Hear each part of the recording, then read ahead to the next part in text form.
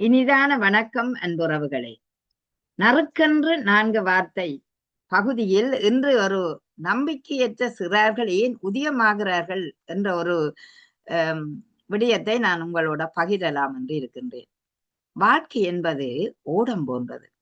நீரை கிழித்து செல்லும் ஓடம் போல் நம் வாழ்க்கை பயணத்தில் எதிர்நீச்சல் போட்டே வாழ வேண்டிய தேவை இருக்கின்றது.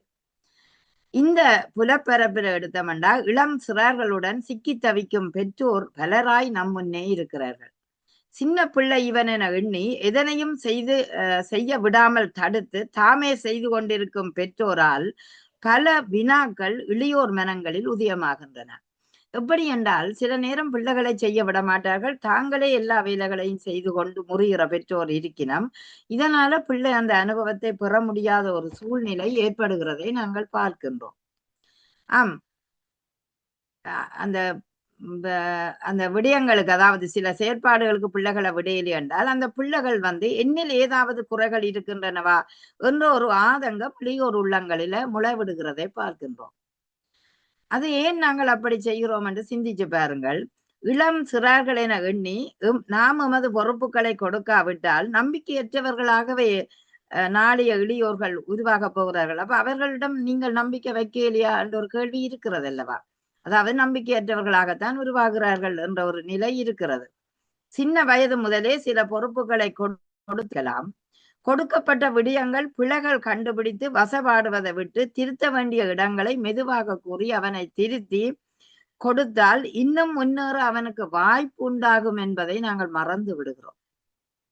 எந்த வேலையிலும் பிழைகள் உருவாகலாம் நிச்சயம். அதாவது ஒரு வேலையை நாங்க செய்யும் போது பிழைகள் விட்டா தானே அனுபவத்தை பெறுகிறோம். ஆகவே பிழைகள் உருவாகலாம். பிழைகள் வருவதனால் தானே திருத்தங்கள் பற்றி யோசிக்கவும் வாய்ப்பு ஏற்படுகிறது. அம்மாவோ அப்பாவோ சகல விடயங்களையும் செய்து கொண்டிருப்பதனால் பிள்ளை அவற்றை பற்றி அறியும் வாய்ப்பும் அனுபவமும் இல்லாமல் போகிறது. அது நாம் கண்ட உண்மை.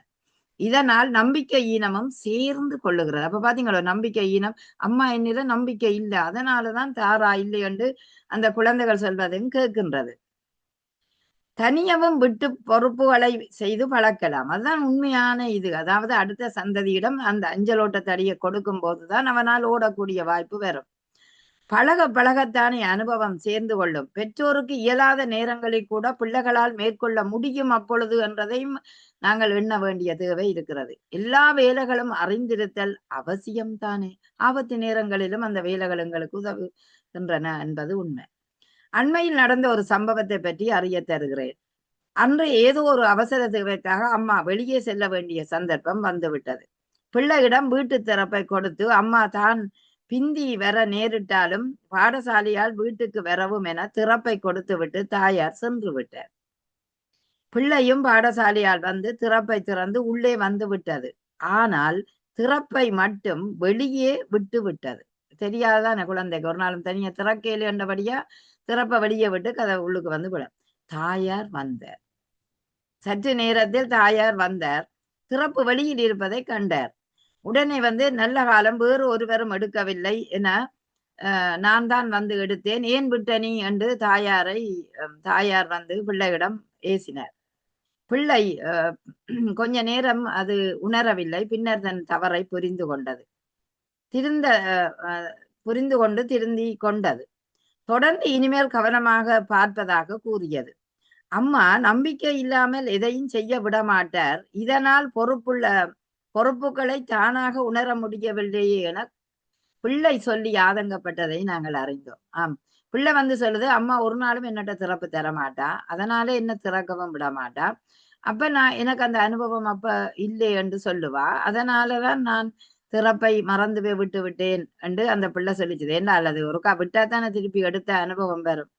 எனவேதான் சின்ன வயது முதலே சின்ன சின்ன விடயங்களை அவர்கள் கைகளில் விட வேணும். அப்படி விடுவோம். சிறந்த அனுபவ அறிவுகளை சேகரிக்க பழகுவோம். நம்பிக்கையுடன் எதிர்கால விருட்சங்களை நாங்கள் உருவாக்குவோம்.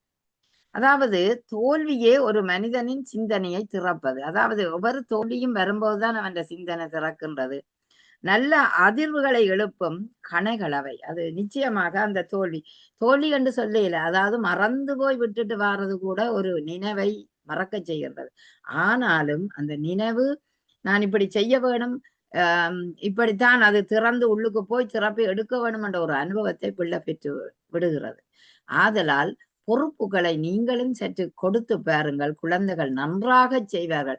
இன்றைய இளையோர்கள் உங்களை விட திறமையாக செய்யக்கூடிய வாய்ப்பு அவர்கள் கையில் இருக்கிறது.